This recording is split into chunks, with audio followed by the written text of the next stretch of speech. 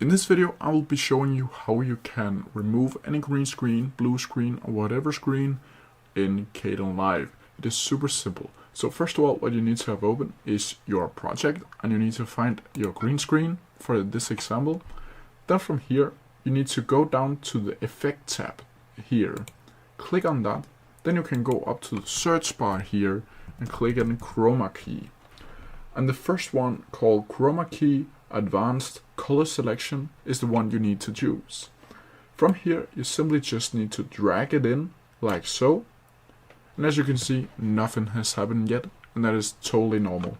Then you need to double click on the Chroma Advanced. You need to click OK.